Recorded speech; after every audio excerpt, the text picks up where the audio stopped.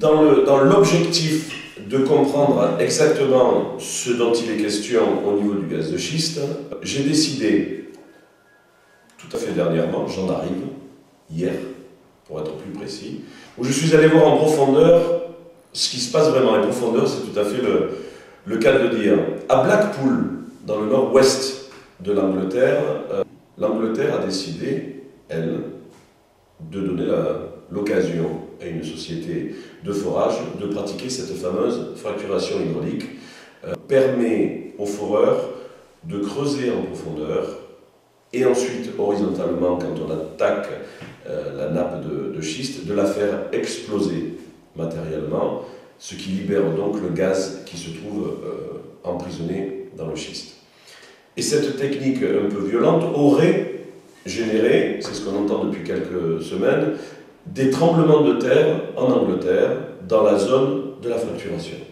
Donc, toujours, comme nous n'avons pas d'autres informations que ce que l'on entend dire par voie de bouche à oreille, j'ai décidé de prendre un avion, de prendre des rendez-vous là-bas à Londres avec des responsables de la société Codrilla, pour ne pas la nommer, et également avec des techniciens, des scientifiques qui ont étudié vraiment de très très près les relations de cause à effet de ce qui s'est passé en Angleterre. Alors j'en arrive et le résultat, il est pour moi plus qu'inquiétant. Premièrement, la société Codrilla à Blackpool, après avoir envoyé des mails, des fax, des téléphones, ont tout simplement et tout bonnement refusé de me rencontrer.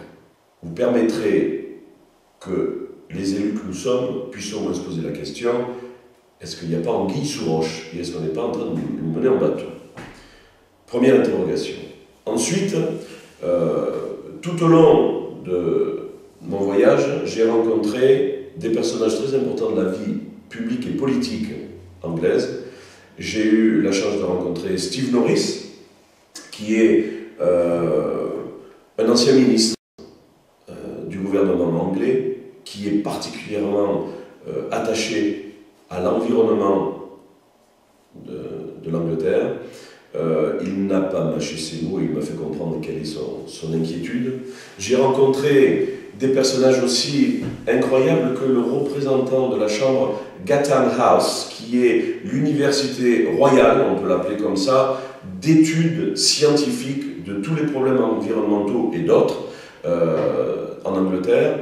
Et le spécialiste Paul Stevens, qui a vraiment parlé avec moi pendant plus d'1 heure et demie, m'a confié qu'il n'est pas pour ou contre, lui, l'exploration du gaz de schiste. Il a étudié les dossiers avec une grande ouverture d'esprit, et il a simplement fait le rapport scientifique d'État, puisqu'il en avait la responsabilité, de vérifier au point de vue technique la relation de cause à effet entre les tremblements de terre qui ont eu lieu à Blackpool et les forages de fracturation hydraulique.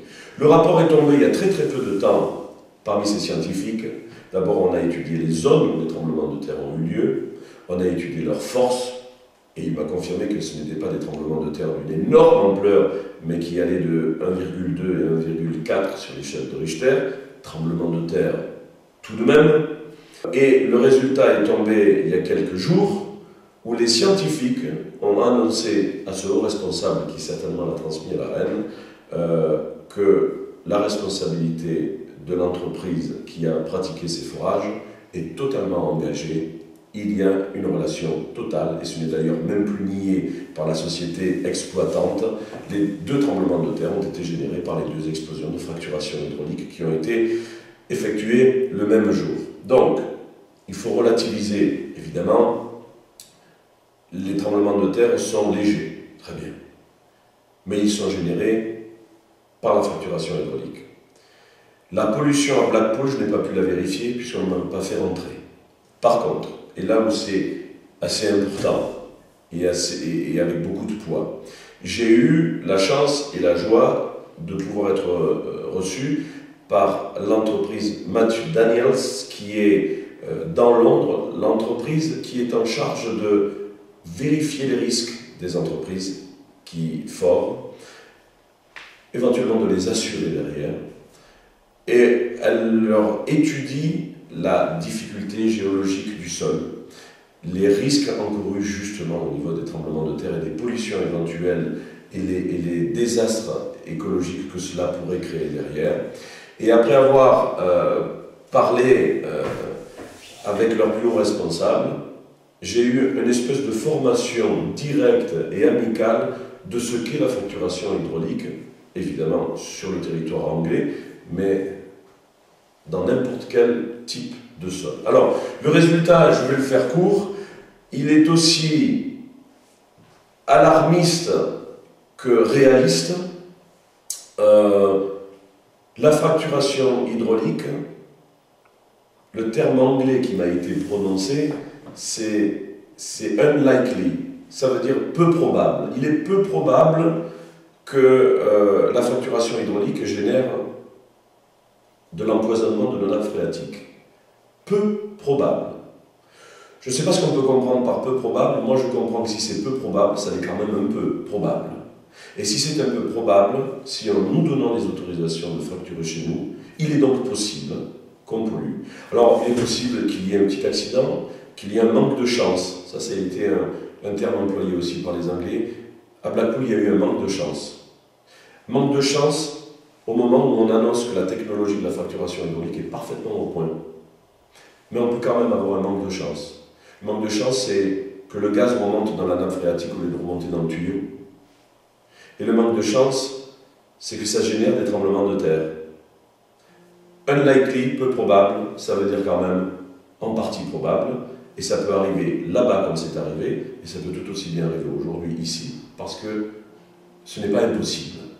Ce monsieur en charge d'expliquer ça à la société en question en Angleterre, je lui ai demandé si j'avais le droit de communiquer, le droit de dire ce que je suis en train de dire.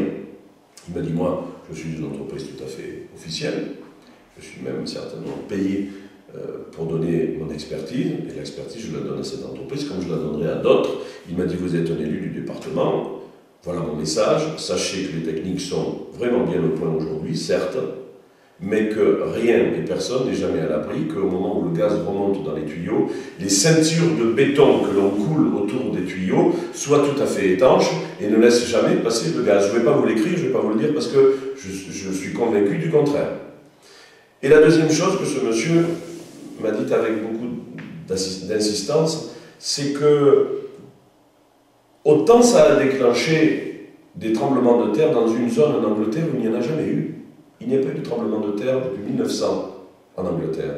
On fracture à Blackpool et d'un coup il y en a deux. Il m'a dit, je n'ose pas trop imaginer, et d'ailleurs je me refuserai de venir conseiller une société, de venir le faire dans les gorges du Verdon. Plaque tectonique, faille reconnue d'Aaron Tazieff à l'époque, nous savons tous les élus que nous sommes dans une zone sismique à haut risque.